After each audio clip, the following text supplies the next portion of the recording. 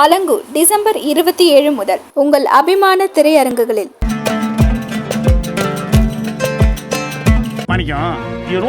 சமுதாயம் ஆதாயம் இருந்தா தான் இந்த சமுதாயம் நம்மளை தலையில தூக்கி வச்சு கொண்டாடும்.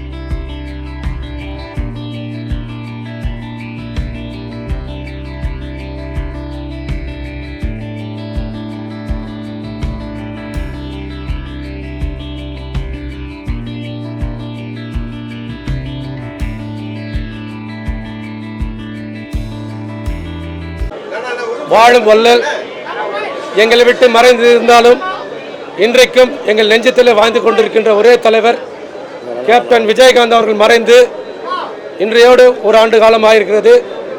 இந்த ஒரு ஆண்டு காலமாக அவருடைய நினைவிடத்தில் ஒரு கேப்டன் ஆலயமாக உருவாக்கி தினந்தோறும் வருகின்ற அனைத்து மக்களுக்கும் அன்னதானத்தை வழங்கி கொண்டு சிறப்பு பூஜைகளை செய்து கொண்டிருக்கின்றோம்.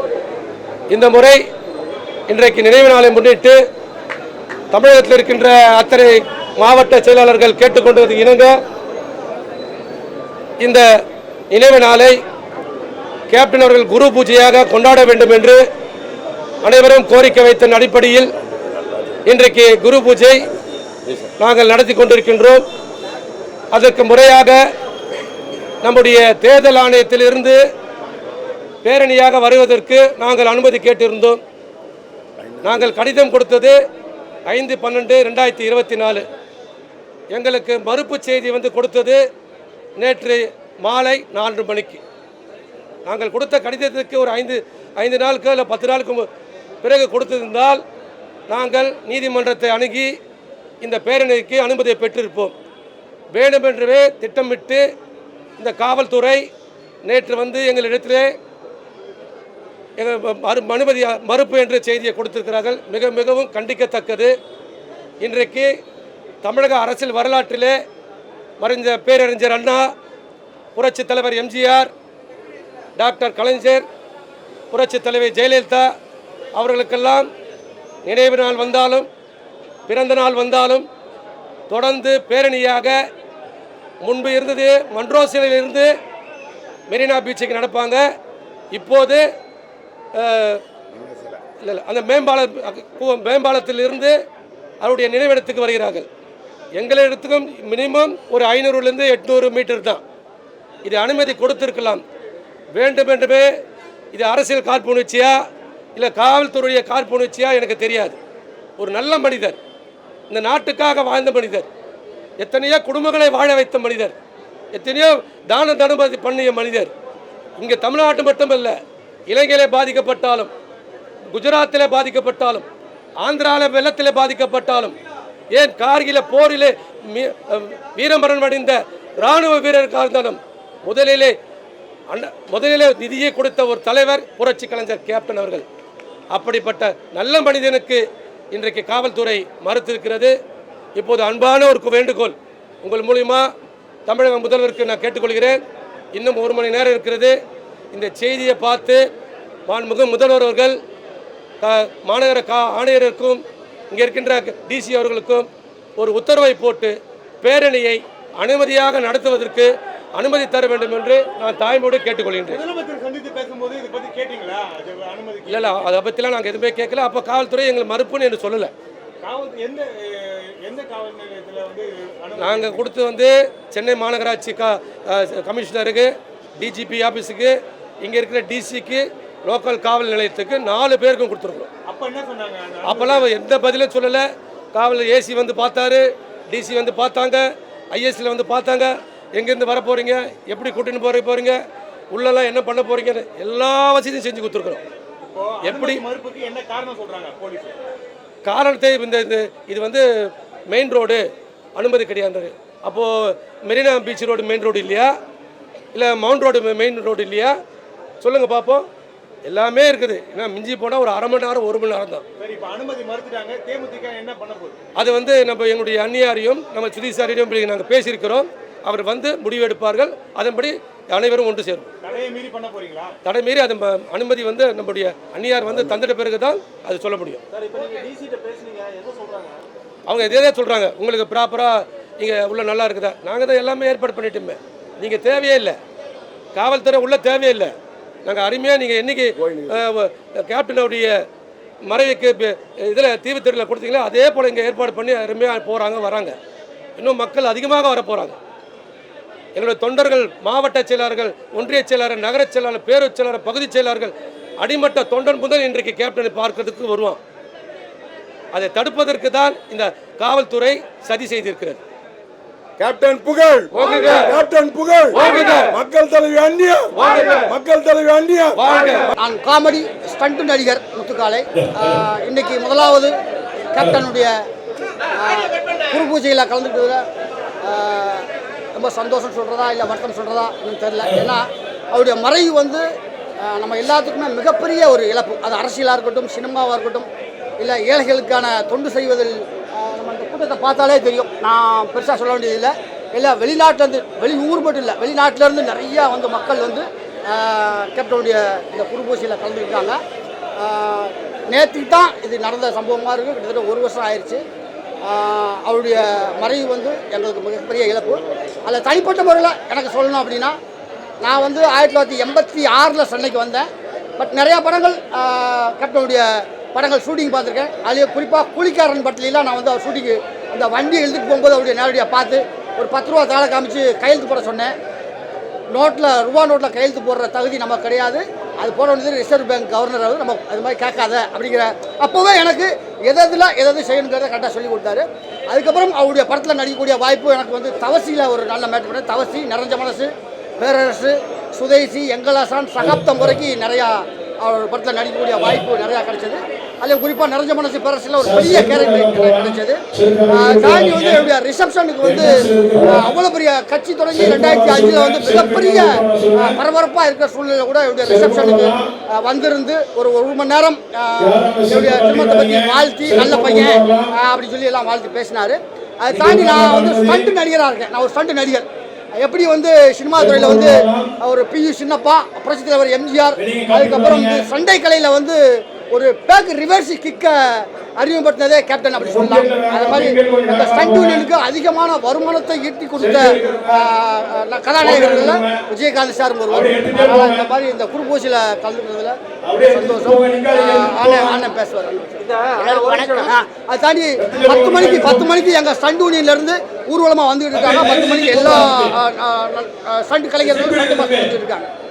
ஹீரோயினுக்கு இணையான சாப்பாடு லைட்மேன் வரைக்கும் கிடைக்கிறதுக்கான வாய்ப்பு அவர் தான் கொடுத்தாரா? நிச்சயமா அது வந்து புரட்சித் தலைவர் MGR சொல்லுவாங்க, NSK சொல்லுவாங்க, MGR சொல்லுவாங்க. இந்த மாதிரி எல்லாத்துக்கும் அந்த கேட்டகரி பிரிக்காம ஒரே சமபந்தி மாதிரி நிறுத்துவதற்கு அப்படின்னு கேட்பாங்க. அதுக்கப்புறம் வந்து கேப்டன் தான் வந்து சொல்லுவாங்க, எனக்கு என்ன சாப்பாடு கொடுத்தீங்களோ அதுதான் கடநிலை தொழிலாளர்களுக்கும், அது பாத்திரம் தொழிலாளர் இருக்கட்டும், லைட்மேனாக இருக்கட்டும், யாராக இருந்தாலும் எனக்கு கிடைக்கிற உணவு அப்படியே அவங்களுக்கு கிடைக்கணும். அது வார்த்தையில் சொன்னது மட்டும் இல்லாமல் ஒவ்வொரு நாளும் பார்த்து அது என்ன குறை இருந்தாலும் உடனே அந்த ப்ரொடக்ஷன் அந்த மேனேஜரை கூப்பிட்டு இந்த குறையை நீ சரி பண்ணணும், இல்லைன்னா நான் வந்து ஷூட்டிங்கில் வந்து உன்னை வந்து டிஸ்டர்ப் பண்ணுவேன் அப்படின்னு அந்த மாதிரி மிரட்டி கூட தனக்கு கிடைத்த எல்லா உணவும் அவங்களுக்கு கடையில் ஊழியர். அதை தாண்டி சம்பளமும் போய் சேரணும். இதை தாண்டி சினிமா துறையில் வந்து புதுமுக இயக்குநர்களை அறிமுகப்படுத்தினதில் புதுமுக இயக்குநர்கள் அறிமுகப்படுத்தினதில் அவர் தான். அந்த மாதிரி எல்லாமே சினிமா துறை மட்டும் இல்லை, பொதுமக்களுக்கும் சரி நிறையா உதவிகள். அவருடைய புகழ் இன்னைக்கு மட்டும் இல்லை, இன்னும் பல தலைமுறைகள் நீண்டு வருங்கிறது எந்த சந்தேகமும் இல்லை. எல்லோருக்கும் வணக்கம். 1ஆம் ஆண்டு குரு பூஜை கேப்டன் ஆலயம் அந்த பாருங்க எவ்வளோ கூட்டம் இருக்குது பார்த்தீங்களா. அதாவது வந்து அவர் மறந்த அன்னைக்கு என்ன கூட்டம் இருந்ததோ அந்த அன்பு கூட ஒரு துளி கூட குறையாம இருக்கிறாங்க. இது விட வேற என்ன வேணும்? அது வந்து என்ன சொல்றது, நம்ம முத்துக்கலன் சொன்ன மாதிரி சந்தோஷப்படுறதா இல்லை வருத்தப்படுறதா அப்படின்னு தெரியல. அவர் மேலே இருக்கிற ஒரு அன்பு. நான் வந்து இந்த அம்மன் கோழிக்கு இருக்கிற படத்துலேருந்து நான் இவருடைய தீவிர ரசிகனான இவர் கூட பார்த்தீங்கன்னா நான் வந்து பதவி பிரமாணம்னு ஒரு படத்தில் அவர் கூட நடித்தேன். அதுலேருந்து தான் சார் வந்து ரொம்ப எனக்கு பழக்கமாச்சு. ஆனால் எங்கே பார்த்தாலும் எங்கே இது பண்ணாலும் நல்லா பேசுவார், ஜாலியாக பேசுவார்.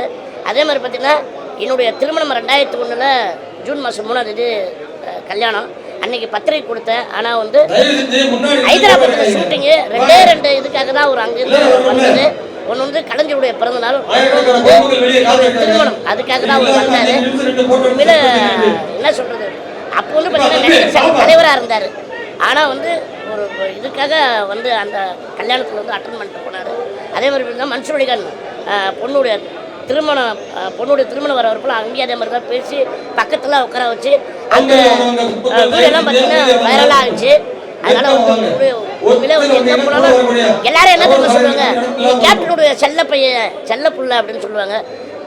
இந்த நினைவு நாளில் என்னுடைய நினைவஞ்சலி. நானும் முத்துக்கலன்னு உள்ளே வரும்போது பார்த்தீங்கன்னா கேப்டன் அவருடைய இதில் வந்து அப்படியே வந்து அவர் வந்து உள்ளே அப்படியே ஜெயிலாரு. அப்போ பாருங்க அன்பு வந்து எவ்வளோ பார்த்தீங்களா, கேப்டன் பக்கத்தில் இருக்குது. இதை விட வேற என்ன வேணும்? அதனால வந்து இன்னைக்கு வந்து அவருடைய நினைவு. ஐயா நீங்கள் 2 வார்த்தை பேர் சொல்லுவேன். கணேஷ். நான் வந்து நம்முடைய தேமுதிகவில் வந்து மாநில கலை இலக்கிய துணை செயலாளராக இருக்கேன். மற்றும் தமிழ்நாடு திரைப்பட நகல் நட்சத்திர கலைஞர் சங்கத்தில் மாநில துணைத் தலைவராக இருக்கேன். கேப்டன் வந்து கிட்டத்தட்ட சட்டமுறை இருட்டறையிலிருந்து நான் சின்ன பையன், அந்த படத்திலிருந்து அவருடைய ரசிகனாக இருந்தேன். மறுபடியும் சின்ன கவுண்டர் படத்தில் வந்து நான் மன்றத்தின் மூலமாக அதன் பிறகு கட்சி ஆரம்பித்து கட்சியில் இணைந்து இந்த காலம் வரைக்கும் இருந்துட்டு இருக்கேன். கேப்டனுடைய மறைவு எங்களால் ஜீர்ணிக்கவே முடியாத ஒரு நிகழ்வு. கேப்டனால் நான் வாழ்ந்து கொண்டிருக்கிறேன். தமிழகம் முழுவதும் கேப்டனை போல கலை நிகழ்ச்சிகளுக்கு போய்கிட்டு இருக்கேன். அவரால் தான் நான் வாழ்ந்துருக்கேன். அவரால் வாழ்ந்துட்டு இருக்கோம். அவருடைய மறைவு என்னால் வந்து ஜீர்ணிக்கவே முடியாத ஒரு நிகழ்வு. இருந்தாலும் இன்னைக்கு 1ஆம் ஆண்டுக்கு வந்து அவருடைய ஆசீர்வாதம் அடிக்கடி வருவேன், ஆசீர்வாதம் வாங்கிக்குவேன். அவர் சித்தர் ஆகிட்டார், கடவுளாக இருக்கார், சித்தர். அவர்கிட்ட எது வேண்டுனாலும் உடனே நிறைவேறுது. நானும் கோரிக்கை 2 வச்சேன், அந்த 2 கோரிக்கையும் 2 முறை வந்து வச்சேன், 2மே நிறைவேறிச்சு. இன்னைக்கு வந்திருக்கேன், அவர்கிட்ட ஆசீர்வாதம் வாங்க வந்திருக்கேன். அதனால எல்லாரும் வந்திருக்காங்க. மாவட்டம் நாமக்கல் மாவட்டம், அவருடைய ஆசீர்வாதம் அனைவருக்கும் கிடைக்கும். இன்னைக்கு அவரை நாங்கள் போற்றி புகழ்ந்து கேப்டனுடைய புகழ் என்றும் நிலைத்து இருக்கும். எல்லாருக்கும் வணக்கம். இன்னைக்கு வந்து உண்மையாகவே வந்துட்டு ஒரு நெகிழ்வான நாள். என்னன்னு கேட்டிங்கன்னா கேப்டன் சாருடைய அந்த 100 ஆண்டு நினைவு நாள். இன்னைக்கு ரொம்ப சந்தோஷமாக இருக்குது. பொதுவாக நம்ம நிறைய கோயிலுக்கு போவோம், மன திருப்தி ஏற்படும். பட் இந்த கோயிலுக்கு வந்தால் தான் வயிறும் நிறையும் அப்படின்ற மாதிரி. அதனால தான் வந்து அந்நியார் வந்து இந்த இது வந்து கேப்டன் ஆலயம் பார்த்துருக்காங்க. ஒரு நடிகராக இன்றைக்கி வந்து பார்த்துருக்கேன், ஒரு நடிகரை பார்க்குறதுக்கு.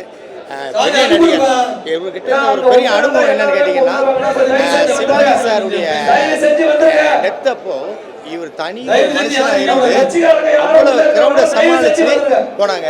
அது இவரால் மட்டும் தான் முடியும். அதனால தான் ஒரு கேப்டன் சொல்கிறாங்க. இங்கே வந்தது இந்த இதில் ரொம்ப சந்தோஷம். அவர் ஆத்மா எப்பயுமே சாந்தி அடையும், நல்லபடியாக இருப்பார். தேங்க்யூ. மரியாதைக்குரிய அண்ணன் விஜயகாந்தாவுடைய 1ஆம் ஆண்டு குரு பூஜை மற்றும் புகழஞ்சலியை முன்னிட்டு ஒரு அரசியல் கட்சியை துவங்கி எதிர்க்கட்சி தலைவர் என்ற நிலைக்கு உயர்ந்து திரைப்படங்களில் கணக்கென ஒரு தனி முத்திரையை திரையுலகில் பதித்தவர் மரியாதைக்குரிய அருமை அண்ணன் விஜயகாந்த் அவர்கள். அவருடைய வரலாறு, அரசியல் வரலாறு, திரைப்படத்தினுடைய வரலாறு என்றென்றும் நிலைத்து நிற்கும் என்பதனை தெரிவித்துக் கொள்கிறேன்.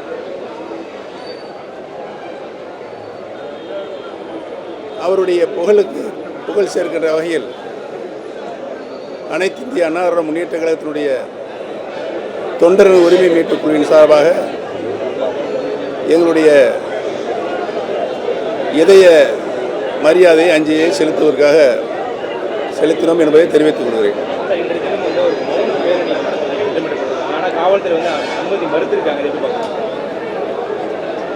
இந்த நிகழ்வில் இப்பொழுது அருமை அண்ணன் விஜயகாந்த் அவருடைய புகழை, அவருடைய பெருமையை பற்றி தான் நான் இங்கே பேச வந்திருக்கிறேன். மற்றபடி அரசியல் ரீதியான கருத்துக்களை தனியாக வைக்கிறோம். அவருடைய மௌன பேரணி தான் இன்னைக்கு வந்து கட்சியின் சார்பில் மௌன பேரணி திட்டமிடப்பட்டிருக்காங்க. காவல்துறையிட்ட வந்து 10-20 நாளுக்கு முன்னாடி அனுமதி கேட்டிருக்காங்க. ஆனால் நேற்று வந்து அனுமதி மறுத்திருக்காங்கன்னு சொல்லி பேரணி வந்துட்டு இருக்குல்ல, இப்போ இல்லை வந்து அனுமதி கொடுக்கல, காவல்துறை அனுமதி கொடுக்கல. பேரணி வர்றாங்க இல்லையா? இன்னும் வரல, வந்துட்டு இருக்கா சொன்னாங்க. இல்லை ஆனால் காவல்துறை வந்து அனுமதி மறுத்திருக்காங்கன்னு சொல்லுவாங்க. அதனுடைய உண்மைத்தன்மை என்பது எனக்கு தெரியவில்லை. விசாரித்த பிறகு நான் என்னுடைய பதிலை சொல்கிறேன். வேற என்ன சொல்லுங்கள், அவ்வளோதானே. நன்றி, வாழ்த்து. போற்றுதற்கும் வணக்கத்திற்கும் உரிய நம்முடைய கேப்டன் விஜயகாந்த் அவர்களினுடைய நினைவை போற்றுகிற நாள் இன்று. எந்த பின்புலமும் இல்லாது திரையுலகிற்கு வந்து நீண்ட நாட்கள் போராடி தன்னைத்தானே செதுக்கி வளர்த்து கொண்டு எல்லா மக்களாலும் நேசிக்கப்படக்கூடிய ஒரு புரட்சி கலைஞராக உயர்ந்து அன்பாக எல்லோராலும் கேப்டன் என்று அழைக்கப்படுகிற ஒரு மதிப்புமிக்க மனிதராக உயர்ந்து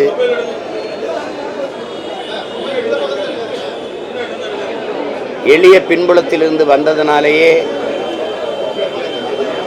எளிய மக்கள், உழைக்கும் மக்கள்,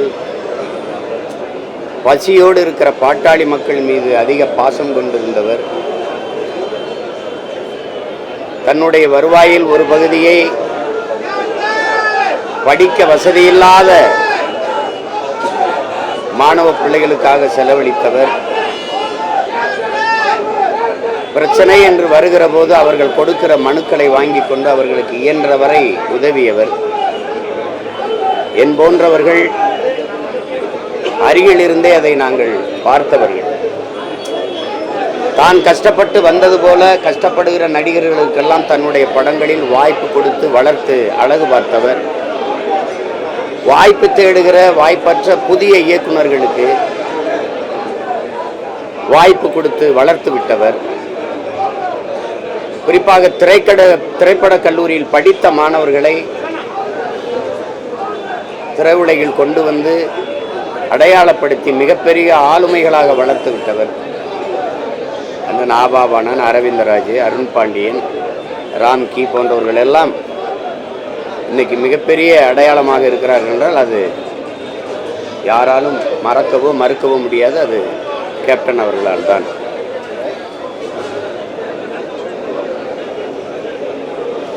அவரால் வாழ்ந்தவர்கள் நிறைய பேர் உண்டு. ஆனால் அவரால் வீழ்ந்தவர்கள், தாழ்ந்தவர்கள், அழிந்தவர்கள் என்று ஒருவர் கூட இருக்க முடியாது. அப்படிப்பட்ட ஒரு மகத்தான மாமனிதர் நம்முடைய கேப்டன் விஜயகாந்த் அவர்கள்.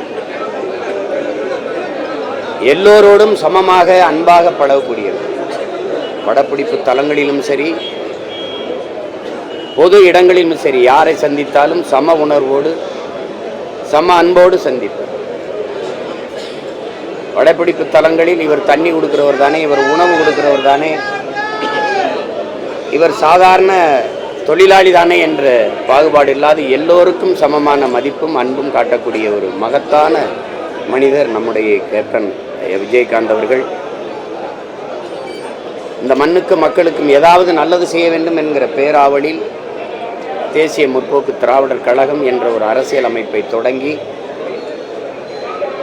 அதுவும் ஆளுமைகளாக இருந்த ஐயா கருணாநிதி அவர்கள், அம்மா ஜெயலலிதா அவர்கள் இருக்கிற போதே எதிர்த்து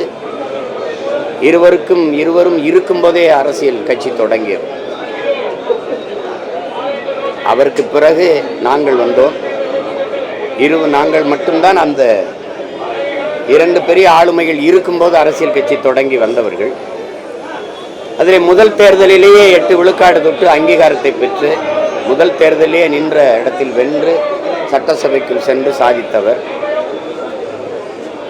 பிறகு அடுத்த தேர்தலில் வென்று எதிர்க்கட்சி தலைவராக இருந்து திறம்பட செயலாற்றிய பெருந்தகை நம்முடைய கேப்டன் அவர்கள். அவரை பற்றி பேசிக்கொண்டே இருக்கலாம். அவ்வளவு இனிமையான நல் நினைவுகள் அவரோடு பழகிய எல்லோருக்கும் இருக்கும். அப்படி ஒரு மகத்தான மனிதரை நாம் இழந்திருப்பது என்பது மிகவும் துயரமானது. இன்னும் ஒரு 10 ஆண்டுகள் அவர் இருந்திருப்பாரேயானால் தமிழகத்தில் ஒரு மிகப்பெரிய மாற்று அரசியல் ஆற்றலாக அவர் வளர்ந்திருப்பார், உருவாகியிருப்பார். அதை தமிழ்நாடும் தமிழ்நாட்டு மக்களும் இழந்து விட்டார்கள் என்றுதான் நாம் சொல்ல வேண்டும். அவர் உடலால் நம்மோடு இல்லையே ஒழிய உணர்வால் நம்மோடு என்றென்றும் அவர் இந்த மண்ணுக்கும் மக்களுக்கும் செய்த நற்செயல்களால் வாழ்ந்து கொண்டிருப்பார் என்பதில் துளி மாற்றமும் இல்லை. அப்படிப்பட்ட மகத்தான மனிதர் நம்முடைய கேப்டன் அவர்களுக்கு என்னுடைய புகழ் வணக்கத்தை செலுத்துகிறேன். அவரை இழந்து நிற்கிற அவருடைய குடும்பத்தார், அவர் மீது பேரன்பு கொண்டு நேசித்து நிற்கிற அவருடைய கட்சி தோழர்கள் அனைவருக்கும் என்னுடைய ஆறுதல். அவர்களுக்கெல்லாம் என்னுடைய அன்பை பகிர்ந்து கொள்கிறேன். நன்றி, வணக்கம். இன்னைக்கு மௌன ஊர்வலத்துக்கு வந்து அனுமதி கேட்டிருந்தாங்க தேமுதிக தரப்புல.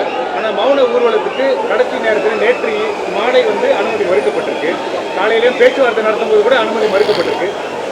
இந்த செயலை எப்படி பார்க்கணும்? தடையை மீறி வந்து காவல்துறை தடுக்கிறாங்க. இது அவசியமற்றது. ஏன்னா நீங்கள் ஒரு நினைவை போற்றுகிற ஊர்வலம் என்பது ஆர்ப்பாட்டம் இல்லாமல் அமைதியாக தான் வரும். ஒரு ஆரவாரம் இருக்காது, கத்தி சத்தம் போட மாட்டாங்க. அப்படி இருக்கும்போது அதை அனுமதிச்சிருக்கணும். அதை அனுமதிக்காததுங்கிறது அவ்வளோ பெரிய ஒரு மகத்தான மனிதனுக்கு கொடுக்குற அவமதிப்பாக தான் நான் அதை கருதுகிறேன். அது தேவையற்றது. சட்டம் ஒழுங்கு சீர்கெடுக்கும் தெரிஞ்சே பல இடங்கள் அனுமதி கொடுத்த அரசு இந்த ஊர்வலத்திற்கு மறுத்திருக்க கூடாது என்பதுதான் என்னுடைய கருத்து. எனக்கு பிடிக்காத வார்த்தை மன்னிப்புன்னு சொல்லுவாங்க. மன்னிக்க கூடாது அப்படிங்கிறதுல இல்லை, அதாவது தவறே நடக்கக்கூடாதுங்கிறதுல இருக்கிற எதிர்பார்ப்பின் வெளிப்பாடு தான் எனக்கு பிடிக்காத வார்த்தை மன்னிப்பு. தவறே செய்யக்கூடாதுன்னு அவர் எதிர்பார்த்ததினுடைய எதிர்வார்த்தை தான் எனக்கு பிடிக்காத வார்த்தை மன்னிப்பு. ஏன்னா மன்னிக்கிறவன் தான் மகத்தான மனிதன் இருக்குது. அதை தாண்டி அவர் சொல்றாருன்னா தவறு செய்யக்கூடாது அப்படிங்கிற அந்த எதிர்பார்ப்புல இருந்து சொல்லியிருக்காரு. அண்ணா பல்கலைக்கழக மாணவி வன்கொடுமை பாலியல் வன்கொடுமை விவகாரத்தில் இந்த எஃப்ஐஆர் காப்பி வெளியே வந்தது. காவல் ஆணையர் அருண் ஒரு தகவல் சொல்றாரு, அமைச்சர் கோவிசெல்வி ஒரு தகவல் சொல்றாரு. இதெல்லாம் பார்த்துருக்கீங்க? அது இப்போ அது நான் வேற இடத்துல பேசுகிறேன், இதுக்கு அதுதான் நேரம் இல்லை. அது நன்றி. சாப்பாடு விஷயத்தில் அவர் எல்லாருக்குமே ஒரு சமமான சாப்பாடு இல்லை, அது அவர் என்ன சாப்பிட்றாரோ அந்த சாப்பாடு படப்பிடிப்பு தளத்தில் எல்லாருக்கும் போயிருக்கான்னு பார்ப்பார். தன்னோட நடிக்கிற சக நடிகர்கள் மட்டும் இல்லை, படத்தில் பணியாற்றுகிற கடைநிலை ஊழியருக்கு கூட அந்த உணவு போயிருக்கான்னு பார்ப்பார். அது காரணம் அவருடைய ஆகச்சிறந்த மாண்பு கொண்ட மனிதர். அதனால தான் அவர் தன்னை போல எல்லோரையும் நேசிக்கக்கூடிய ஒரு பண்பாளர். அதுதான் நாங்கள்லாம் நெருங்கி பழகியிருக்கோம். உதவி இயக்குனராக இருக்கிற காலத்தில் நெருங்கி பழகியிருக்கோம். என் மேலெல்லாம் பேரன்பு கொண்டவர் அவர். நாங்கள் கேப்டன் ரொம்ப செல்லமாக அன்பாக அழைக்கக்கூடிய பிள்ளைகள். அது நான் அருகிலிருந்து பார்த்தேன். அவர் படப்பிடிப்பு இல்லாத நாட்களில் வீட்டில் அலுவலகத்திலிருந்து மனுக்களை வாங்கி தன்னுடைய உதவியாளர்கிட்ட கொடுத்து என்னென்ன பிரச்சனையோ அதெல்லாம் தீர்க்க சொல்வார்.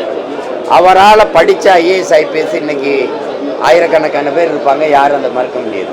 இப்போ எங்கள் ஐயா சைதை துரைச்சாமி அவர்கள்லாம் ஒரு அமைப்பு வச்சுருக்காங்க, மனிதநேய அறக்கட்டளை. இவர் எந்த அமைப்புமே இல்லாத பல பேரை படிக்க வச்சு உயர் அதிகாரிகளாக உயர்த்தி விட்டது. அதை நீங்கள் பார்த்துருப்பீங்க. அவர் மரணித்திருக்கிற போது அவர்கள்லாம் அவருக்கு வணக்கம் செலுத்துறதுலேயே நீங்கள் தெரிஞ்சிருப்பீங்க. நன்றி. அண்ணன் கேப்டன் அவர்கள் நம்மை விட்டு பிரிந்து ஓராண்டு நிறைவு. எல்லாருக்கும் நம்மை விட்டு பிரிந்தாங்க, இந்த பூலோகத்தை விட்டு போனாங்க அப்படின்றாங்க. இந்த பூலோகத்தை விட்டு சென்றவர்களுக்கு சிவலோக பதவி அடைந்து விட்டார் அப்படின்னு சொல்லுவாங்க. அண்ணன் வாழும் பொழுதும் பெரிய பக்திமானாக வாழ்ந்தார். எல்லோருக்கும் உணவளித்தார், உபசரித்தார், உள்ளன்போடு நேசித்தார். அப்பொழுது அவர் அளிக்கத் தொடங்கிய அந்த உணவளிக்கின்ற ஒரு விஷயம் இன்னமும் நடந்து கொண்டிருக்கின்றது. நிச்சயமாக அண்ணன் அவர்கள் ஆசீர்வாதம் எல்லோருக்கும் இருக்கும். அண்ணன் அவர்கள் புகழ் மங்கவே மங்காது. நினைக்கின்ற நேரமெல்லாம் யார் வேணாலும் இங்கே வரலாம், பார்க்கலாம், சாப்பிடலாம் அப்படின்ற ஒரு நிலையை ஏற்படுத்திவிட்டு அவர் இறைவனோடு கலந்திருக்கிறார். என்றென்றும் அவர் நம் உள்ளங்களில் வாழ்வார். அவருடைய ஆசீர்வாதம் நம் எல்லோருக்கும் கிடைக்கும். மறைந்த புரட்சி கலைஞர் விஜயகாந்த் அவர்களுடைய குரு பூஜையில் திராவிட முன்னேற்ற கழகத்தின் சார்பில் மாண்புமிகு தமிழக முதல்வர் அவர்கள் பங்கேற்க சொன்னதை பணித்து இன்றைக்கு அவருடைய குரு பூஜையிலே பங்கேற்றிருக்கின்றோம். நடிகர் விஜயகாந்தை பொறுத்தளவில் நேற்று வரை புரட்சி கலைஞராக நம்மோடு பயணித்தவர். அவர் எந்நாளும் தமிழக மக்களின் நெஞ்சங்களில் நீக்கமர நிறைந்திருப்பார். அவர் நம்முடைய தொப்புள் கொடி உறவு. இலங்கை தமிழர்கள் பாதிக்கப்பட்ட போது அவர் பட்ட வருத்தங்கள் எந்நாளும் தமிழர்கள் மீதும் தமிழின் மீதும் அவர் கொண்டிருந்த மாறாத அன்பை வெளிப்படுத்தியது. அதேபோல் அவர் திரையுலகில் பல்வேறு கலைஞர்களை பரிணாமம் செய்தவர்.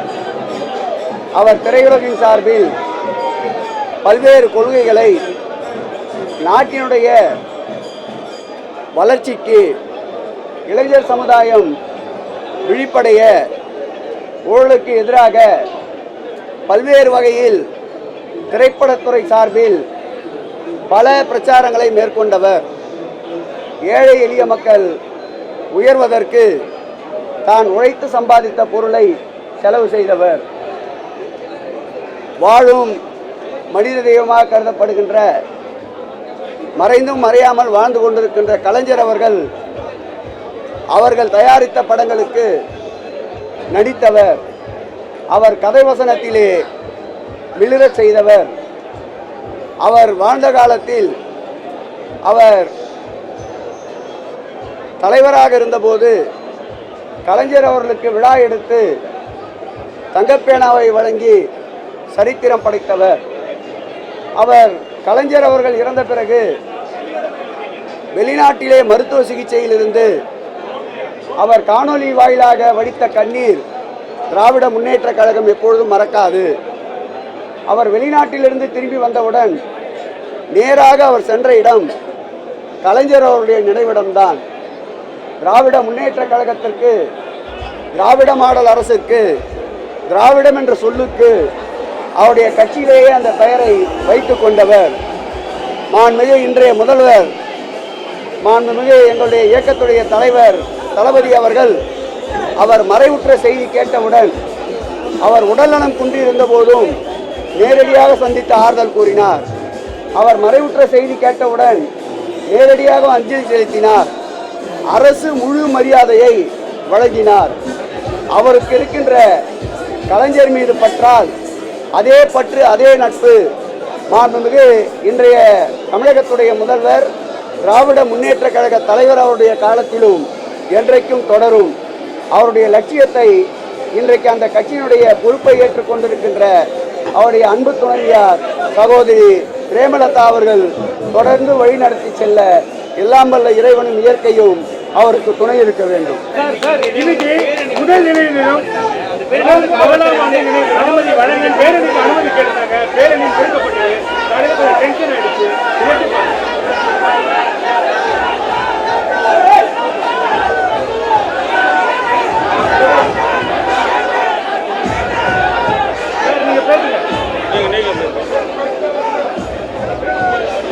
அவருடைய குரு பூஜை இன்றைய தினம் பேரணிக்கு அனுமதி மறுக்கப்பட்டாலும் அவர்கள் நினைத்தபடி பேரணி நடந்திருப்பதில் நீங்கள் அனைவரும் அவர்களும் மகிழ்ச்சி அடைவார்கள்.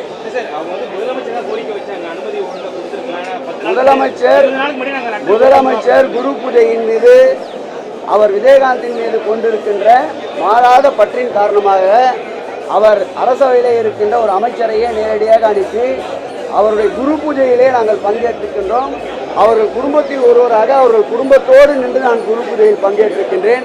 ஆகவே இதை ஊதி பெரிதாக்க வேண்டாம். முதலாம் ஆண்டு குரு பூஜையை முன்னிட்டு இந்த வருகை தந்துள்ள பத்திரிகை மற்றும் அனைத்து கிளைகளிலும் இன்று தலைவருடைய குரு பூஜை சிறப்பாக செய்யப்பட்டு கொண்டிருக்கிறது. இந்த நேரத்தில் தலைமை கழகத்தில் இன்று காலை மௌன ஊர்வலத்துக்கு தமிழகத்தினுடைய போலீஸ் அதிகாரியிடம் நாங்கள் அனுமதி கேட்டிருந்தோம். இந்த மாதம் டிசம்பர் 5ஆம் தேதி அந்த மனு கழகத்தினுடைய துணை செயலாளர் பார்சாதி அவர்கள் போலீஸ் அதிகாரிடம் கொடுத்தார். கிட்டத்தட்ட 20 நாள் கழிச்சு நேற்று மாலை 5 மணிக்கு மேலே வந்து பேரணிக்கு மறுக்கப்படுகிறது என்று அந்த செய்தி எங்களுக்கு சொன்னாங்க. எங்களுக்கு நாங்கள் கேட்டோம், இந்த நேரத்தில் நீங்கள் கொடுத்தீங்கன்னாக்கா, நீங்கள் முன்னாடியே கொடுத்துருந்தாக்கா நாங்கள் நீதித்துறையை கண்டிப்பாக சென்று அது பெற்றிருப்போம். நாங்கள் அதுக்கு பிறகு இது காலையில் வந்து எங்களுக்கு மறுக்கப்பட்டது. நாங்களும் போலீஸருடைய ஏற்றுக்கொண்டு அந்த ஊர்வலத்தை நாங்கள் நடத்தவில்லை. அங்கிருந்து நாங்கள் நடந்து வந்துள்ளோம். எங்களுடன் இந்த வருகை தந்த அனைத்து தொண்டர்களுக்கும் இது தெரிகிறது. பத்திரிகை நண்பர்கள் உங்களுக்கும் தெரியும் நடந்தது. அரசியல் போதே இது தொடர்பான வந்து கோரிக்கை வச்சிருந்தீங்களா? முதலமைச்சர் சந்திக்கும் போது பேரணிக்கு அனுமதி வேணுன்ற மாதிரி கோரிக்கை வச்சிருந்தீங்களா? முதலமைச்சருக்கு வைக்கல, நாங்கள் போலீஸ் தான் இதுக்கு வந்து போலீஸுக்கு தான் பர்மிஷன் வாங்கணும். அவங்க சொன்னதை வந்து எக்மோரில் தான் செய்யணும்னு கேட்டாங்க. அது நேற்று மாலை சொல்கிறாங்க எங்களுக்கு.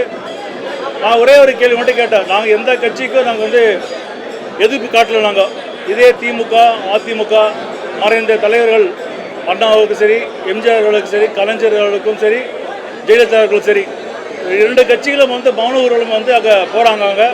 நாங்கள் இது வரைக்கும் நாங்கள் எந்த அப்ஜெக்ஷன் சொன்னது கிடையாது. நான் ஒன்று கேட்டேன், அங்கே தரீங்க, ஏன் இங்கே தர மாட்டேன்றீங்க? இதே என்னோடய கேள்வி. அவங்களுக்கு தரும்போது திமுக அதிமுகவுக்கு அந்த பேரணியை வந்து அங்கே கொடுக்கும்போது தேமுதிக ஏன் மறுக்கப்படுகிறது? அனுமதி மறுத்த பிறகு அரசு தரப்புல யாரையும் நீங்கள் தொடர்பு கொண்டீங்களா? அனுமதி மறுத்த பிறகு முதலமைச்சர் செய்யலையோ, துணை முதலமைச்சர் சொல்லி இல்லை அரசு தரப்புல வேற யாரையா தொடர்பு கொண்டு? இல்லை, அதுக்கெல்லாம் நேரமே இல்லையே. நாங்கள் 8:30 மணிக்கு ஆரம்பிக்கும் போது நாங்கள் போலீஸில் நாங்கள் டைம் கேட்டுன்னு இருந்தோம். போலீஸ் அதுக்கு ஒத்துக்கலாது. இந்த நடவடிக்கை எப்படி பார்க்குறீங்க? இது அரசியல் நடவடிக்கையா? இது நாங்கள் வந்து அரசை பற்றி எது சொல்லலாங்க. போலீஸ் டிபார்ட்மெண்ட்டில் எங்களுக்கு முன்னாடியே கொடுத்துருந்தா நாங்கள் அடுத்த கட்ட நடவடிக்கை போயிருப்போம். இதே நேற்று காலையில் சொல்லியிருந்தாக்கா நாங்கள் முதலமைச்சர் சந்தித்து இந்த பர்மிஷன் கேட்டு போனாங்க. எங்களுக்கு நேற்று மாலை சொன்னதுனால எங்களுக்கு டைம் இல்லை எங்களுக்கு.